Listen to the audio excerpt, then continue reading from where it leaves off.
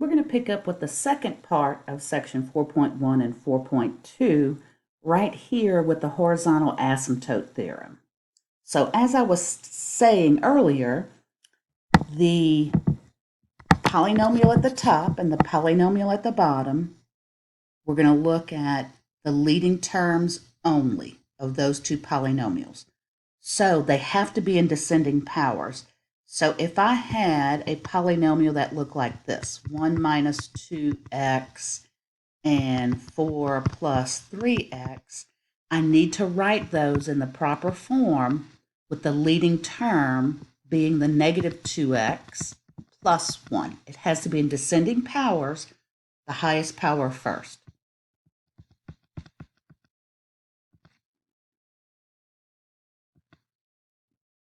Let me fix that. The denominator would be written as 3x plus 4 because our leading terms need to be first. Those are the guys I'm going to look at when I determine if I have a horizontal asymptote or not. Okay, so when I look at my leading terms in those two cases, there's a leading term and there's my leading term. I'm just going to compare the degrees. Okay, so n and m refer to the degrees of my polynomial leading terms. So if the degree of the numerator is less than the degree of the denominator, the horizontal asymptote occurs at y equals 0.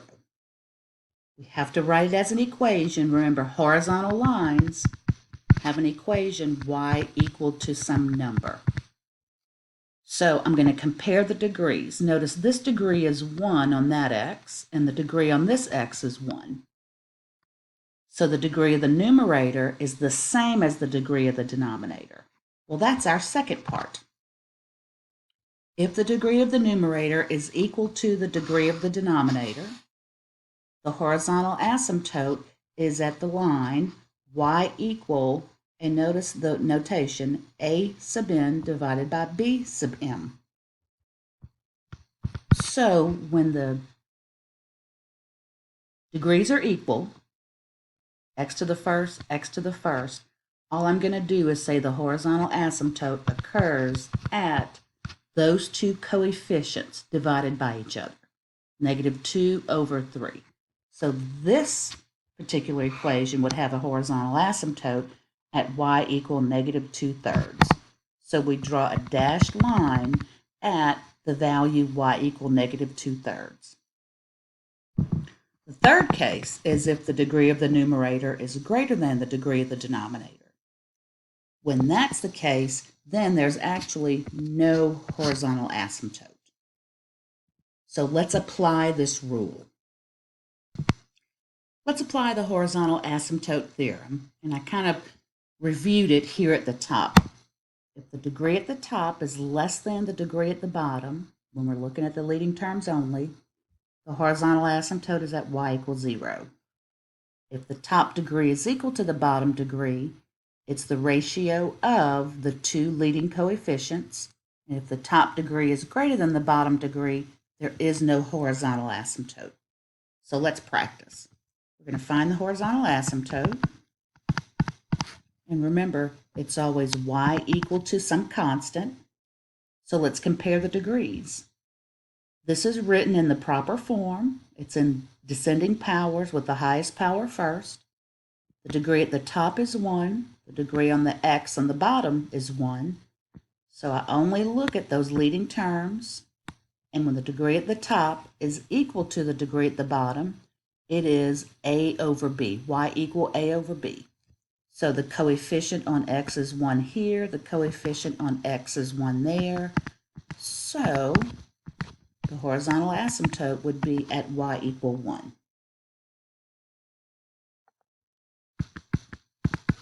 Let's check out the next one.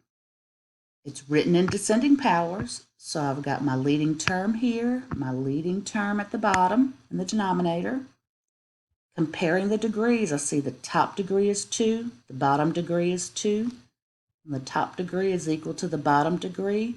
It's going to be y equal a over b, the ratio of those coefficients. So in here, I'm going to have 2 over 1. So a horizontal asymptote would be at 2. Let's take a look at the leading terms on this one. Now notice it's written in descending powers, so that's nice. So leading term there, leading term there. The degree at the top is 1. The degree at the bottom is 2. So the top degree is less than the bottom degree. So I'm going to have a horizontal asymptote, according to the theorem, at y equals 0. Finally, this last one. Leading term at the top, leading term at the bottom. The degree of the top term is 3. The degree of the bottom term is 2. Top degree is greater than the bottom degree. What did it say about the horizontal asymptote? There is none. Let's look at some graphical representations of vertical and horizontal asymptotes. So suppose I have a graph in the XY coordinate system, and I've got this pink vertical asymptote that's occurring at a value of A. So I've drawn a vertical line at A, and I noted up here at the top of the vertical asymptote a positive infinity, and at the bottom of the vertical asymptote a negative infinity. So let's look at this visually with respect to finding vertical asymptotes, or a description of the vertical asymptote graphically. So we're going to represent, or I should say f of x represents the graph. Ooh, that's a little too thick. Come on. There we go. So when I read f of x, it just means the graph. Again, when I see f of x, it means the graph. And let me go ahead and draw a graph, maybe in a different color, blue. So the line x equal to a is a vertical asymptote of the graph of f when the graph of f of x approaches infinity, or the graph of f of x approaches negative infinity as x approaches a, either from the left or the right. So the graph is going to be blue. So my graph is going to approach positive infinity, or the graph may approach negative infinity as we approach a from the left or the right. So that arrow means approaches. The graph approaches positive or negative infinity. The blue part is the graph. It's approaching positive infinity as I approach a from the left, or as I approach a on the right-hand side, the graph might go to negative infinity. That's how we can describe a vertical asymptote. We can do the same thing using the same notation to describe a horizontal asymptote. So looking at the notation here, the line y equal to b is a horizontal asymptote if, and again, whenever we read f of x, we're going to say the graph, when the graph approaches b, some constant, as x approaches positive or negative infinity. Let's look at that down here at these examples. So I've got a vertical asymptote at -1. So there's my value of a. And as I approach a from the left, the graph goes up to positive infinity. As I approach a from the right, the graph goes down to negative infinity. That describes that vertical asymptote, or defines it. Okay, the horizontal asymptote in this case is at 2, because remember we compare the leading coefficients. 2x over x, the degrees are the same, so we take the coefficient 2 over 1, we take that ratio as our horizontal asymptote. And it says up here, the line y equal to b is a horizontal asymptote of the graph of f when the graph approaches some value b, in this case it's 2, as I move along the x-axis from positive to negative infinity. So as I move along the x-axis from positive to negative infinity, this graph is approaching 2 on this side, it's approaching 2 on that side. This particular graph, notice it doesn't have any vertical asymptotes that our graph is approaching, but it does have a horizontal asymptote at y equals 0.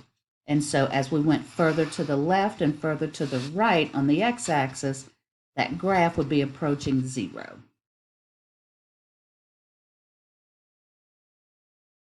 Okay, we are not going to worry about that. What we are going to do is look at graphing a rational function in our coordinate system. And when we're going to graph a rational function, we need to find all the asymptotes, vertical and horizontal. And we need to find both the x and y intercepts. We're going to plot them and let our calculator help us determine where to place the curves.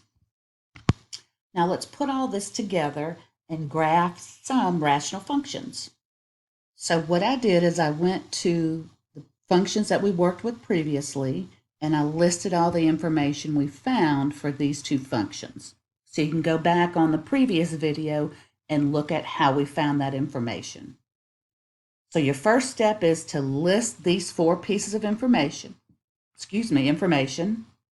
Now let's plot this on the graph first before you go to your calculator. So I've got a vertical asymptote at x equaled 2. So let's say there is 2, and I'm going to draw a vertical asymptote. And I have an x-intercept at 4. So let's plot the x-intercept at 4. I've got a y-intercept at -2. Here's my y-axis. At -2 is my y-intercept. And a horizontal asymptote at y equal 1. So at 1, I'll draw my horizontal asymptote. So there is my plan. This is my blueprint. Now let's go to the calculator and see how and where we're going to place those curves. So this was what? X plus 4 over x minus 2. I think that one's already there. X plus 4 over x minus 2. Great. So notice the graph shows a curve here on the left, a curve up there on the right. Something is wrong. Let me see what I marked wrong here.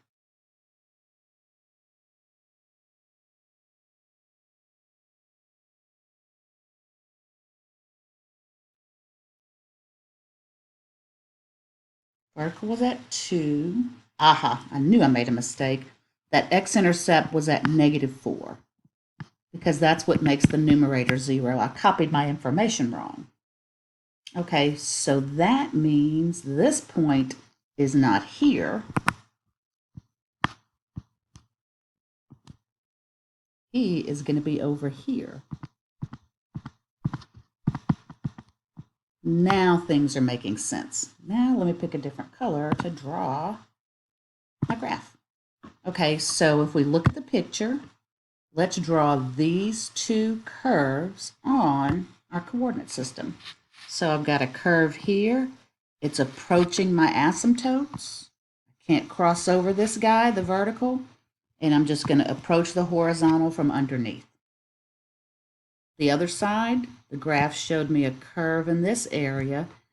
Again, your curve has to approach those asymptotes, not cross over them. It can cross over the horizontal, but that's just going to automatically happen in the problem. Let's get this blueprint out on the next one. What I'll do is I'll end the video here because I'm about to run out of time, and I'll pick up the next video with this example on graphing.